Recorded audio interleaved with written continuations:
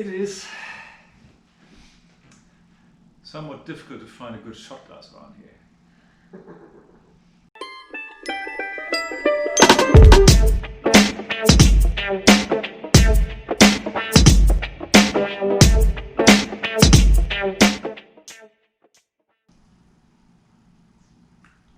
Okay. Okay. I had to do it. So on this first one, it's really this is our first actual video. This is the one that's going to be released out into the wild, and then everybody really knows that we're we're here, we exist. Yeah, I mean, fucking idiots. You know, and there's been a lot. So in honesty, we have like 3 or 4 videos that are already like cut and ready to go. We got to do our voiceovers and all that other kind of stuff, but there's been this massive or very dramatic evolution from the first one that I did, and how I was like looking at the camera, how I was talking to the camera, to now, and I think that's just because I realized in the beginning I actually cared, and now I don't. Like, I actually care. But no, it was more of just trying to understand how to address the camera, what to do, and all that other kind of good stuff. So the thought. I think the other good thing about the setup here is that we have some very nice easy chairs that I'm loving. I'm looking at my wife because I love sitting in these things. I'm looking at her because I absolutely hated these chairs when she made me pick them up. Really? Yeah, and then we got them like on like Craigslist or like Facebook Marketplace. We $100, man, for these chairs and the ottomans. Yeah, which is awesome. It was crazy. Yeah, and I'm enjoying sitting in these things. And I happened to meet a guy, and I was telling him what they were for, and he was like, "Oh my god, we have to be friends." I'm like, oh. Well, here they are. Yeah, so it's great. But what I want to do on this introduction video is essentially kind of lay out what are we here to do, honestly, because you have George, which is the Yoda of distilling, right? He's Yoda. Okay. Then you've got this guy called Bearded and Bored, and he's really smart and he's funny, but he's going over more of like recipes and on occasion shows you how to do small like still modifications, things like that. Then you got this guy in New Zealand, I think his name is Jesse. And he's more about like recipes and finishing and polishing and how to actually make, a really good gin or a really good bourbon or a really good whatever. And then you got a guy by the name of Still in Canada. And I think his name is Mike, I don't know. Mike is the blind guy. Well, that's the blind pig, but I think there's 2 Mikes, I think. Right. Okay, so, which we still have. Nevertheless. We owe that guy a phone call. What Kevin is trying to say is that there are this community that we're now part of has a lot of different people with different facets of the whole gin making, or not gin, but liquor making process, private liquor making process, and there's all kinds of information coming from all corners, and everybody has their own little niche that they're sort of working out of, and explaining and doing videos about and etc., which is great, because if you think you want to know all about PIDs, bam, I'm gonna look at George Duncan. Yeah. If I want recipes, maybe I'll check out the guy from New Zealand. Yeah. Doesn't matter. But anyway, so here we are looking for our own mission, or raison d'être, reason for being. Yeah, I don't speak whatever the fuck you just said. I don't. It's Canadian. Oh, okay, great. Anyway. I think I know our purpose. I really do. I think I know where we fit in. And what we fit in is something that not a lot of people do. And that's the experimentation based off of what other people are doing on YouTube or comments. So being the fact that we're in the process of opening up a distillery, which we can kind of dive into a little bit. It's a very complex process, not just from figuring out what kind of stills to the your product itself to now purchasing land, licensing, the entire thing. It's very involved, and so far it's very expensive. Starting at your distillery. Yeah. But the thing is that there's a lot of people on YouTube that are telling you this is how you do this, and there's a lot of people that are out there in YouTube land. Does that ring? Somebody's at my door. Fucking Amazon for the 7th time today. But there's not a lot of people that are out there actually trying these things. And in the videos that I've recorded and that we're going to be releasing here in the next few weeks are all things that we have tried based off of either suggestions from George, suggestions from user comments, or things that we've kind of combined on our own, saying, okay, well, we tried this, it didn't work, let's modify this thing and try something different. And so I think where we fit in is more of the actionable arm of the YouTube user who doesn't have the ability or the funds or the resources to be able to say, I'm going to spend $700 on this thing and try it, and I don't know if it's going to work.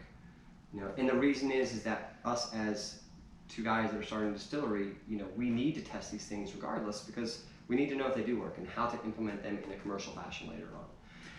And that's basically what this is. So our little working area downstairs, I like to refer to as the lab, because that's basically what it is. It's a laboratory, as one would say in America, and we are experimenting.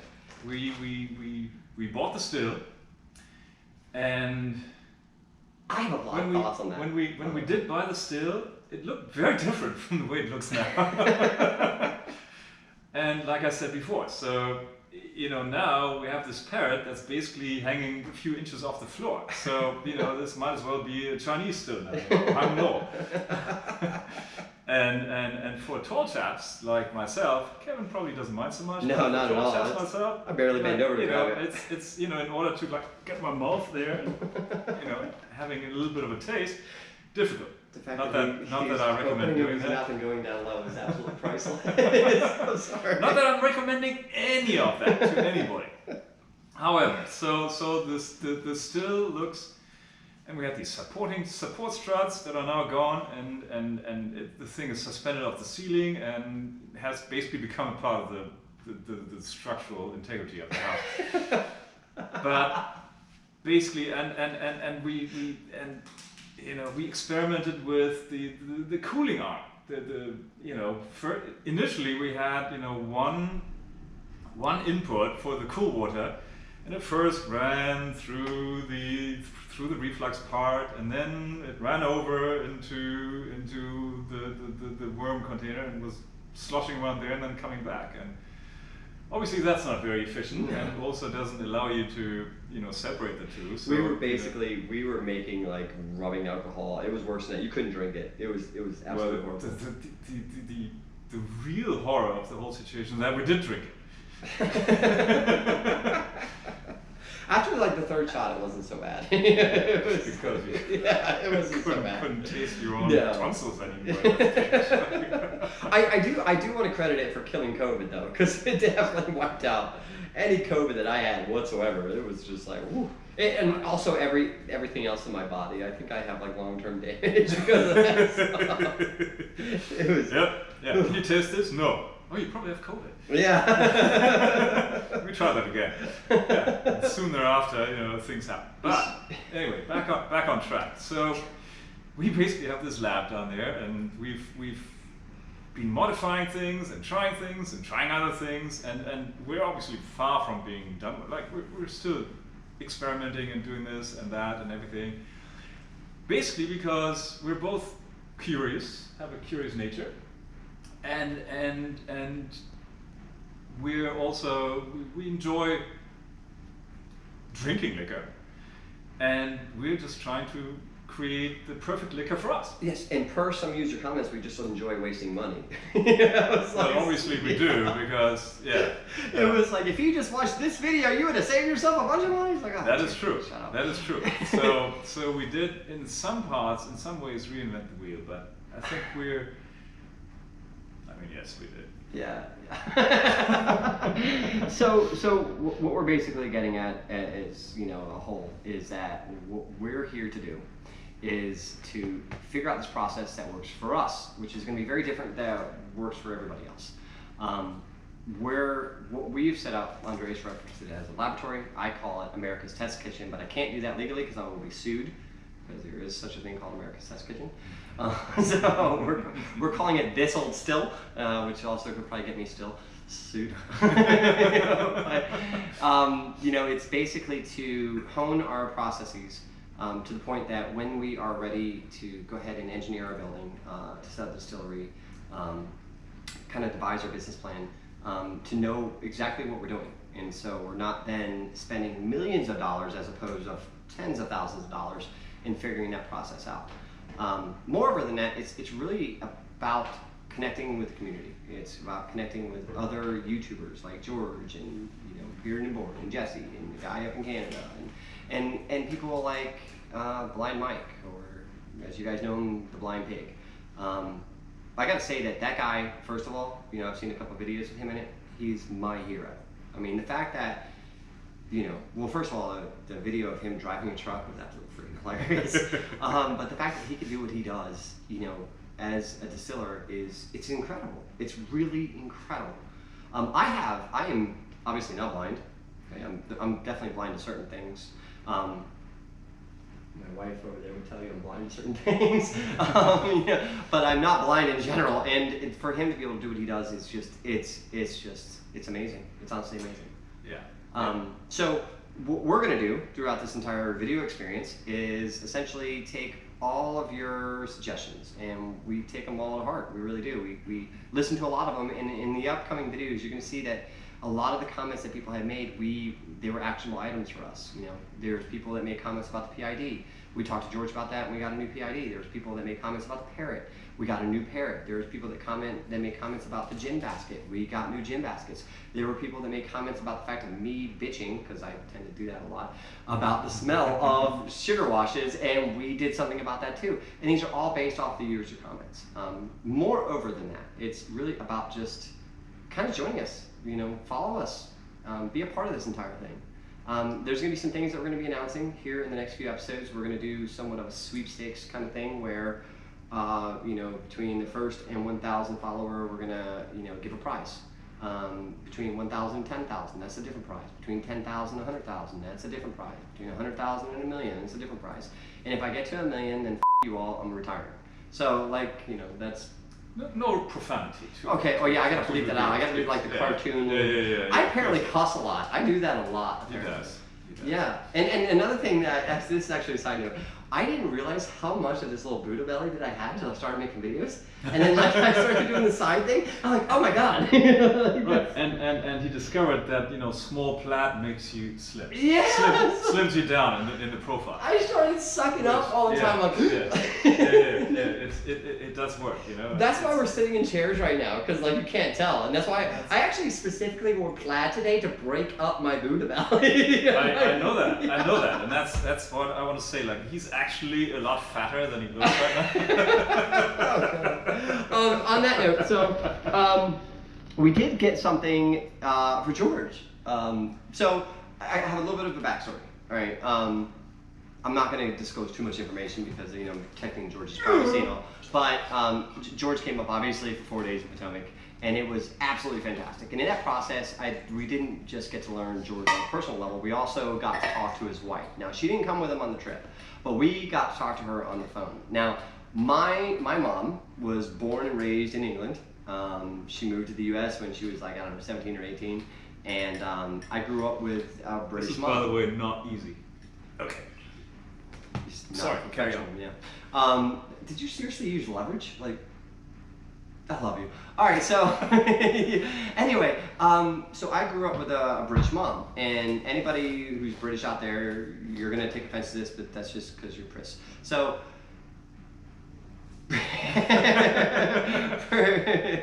British people are very blunt, okay, and people that are from the surrounding area of England tend to be very outspoken. And not beat around the bush. No, not at all. Now, his wife's amazing. She's absolutely a doll. She really is. But when I heard her speaking over the phone, and I talked to her, she reminded me of my own mother. And so we got George something right here as a thank you. We actually got him two things. This is just one of them right here. And this is more for him to wear in honor of his wife, which is, I don't need Google, my wife knows everything. And that's because you know where she's from, George. And yeah, she's right all the time. So, and the next thing we got, George, was a $100 gift card to G&M Restaurant, which is something that George absolutely fell in love with when he was up here. you want to tell them a little bit about G&M's, or you want me to go into that whole thing? Please go ahead. Oh, okay. So G&M's is a local restaurant here in Maryland. Anybody that's from Delmarva knows that G&M's for the last 15 years or so has been rated the #1 best crab cakes, in the Delmarva, which is Delaware, Maryland, and Virginia area. Which of course is known for the crab cakes anyway. Which is known for the crab cakes, and they take the cake. No pun intended. they take the cake. So we got them a $100 gift card to G&M's that we're going to send to you in an email here very shortly, George. And that is for you and the missus to enjoy, to be able to go ahead and order those crab cakes, get them shipped over to Texas. I think right now is probably the best time, being that you guys got a little bit of snow, I think. What was that like? And they're going to keep cool. Yeah, there you go. So during transit. Enjoy the crab cakes on us, my friend. It was honestly an honor and a pleasure to have you here. And I can't wait till the next time you come. So likewise. On that note, this series from here on out is going to be basically me and this jackass right here talking about what we did, why we did it, how we did it, and what we're going to do again because we did it wrong. So. And there will most likely be a lot of those occasions. And we talked this over a little bit, and we said, we could make these perfect videos where things work perfectly, and the end result then shows you how to make a burger or a gin or something. And it's, we prep recipe, we do the fermentation, we run the still, and we have this perfect product in the end. And we decided, no, we're not going to do that. We're actually going to show you where things actually go wrong also. And because personally I think that's got to be somewhat entertaining to other people. I mean, who doesn't love to laugh at other people's misfortunes? The funny thing is, you know me well enough to know that I make mistakes left, right, and center. So, so we ended up installing, 9 cameras down there to be able to record me up left. Oh wait, me messing up. Let me have to bloop that one out again too. So me messing up left, right, and center. Both of us messing up. Really. And in fact, it started half an hour ago when we were doing our gin run, and we already had the PID going, and we had to shut everything down because we forgot to actually fill the gin bus. We forgot to fill the gin bus. Anyway, it's going to be stuff like that, and I think it'll be as enjoyable for you guys as it was or is for us. Awesome, guys! Thank you so much for watching. Glad we could entertain, and we'll see you on the next episode. And here's to everybody. Oh, I already heard mine. Dude, seriously, I'm a professional.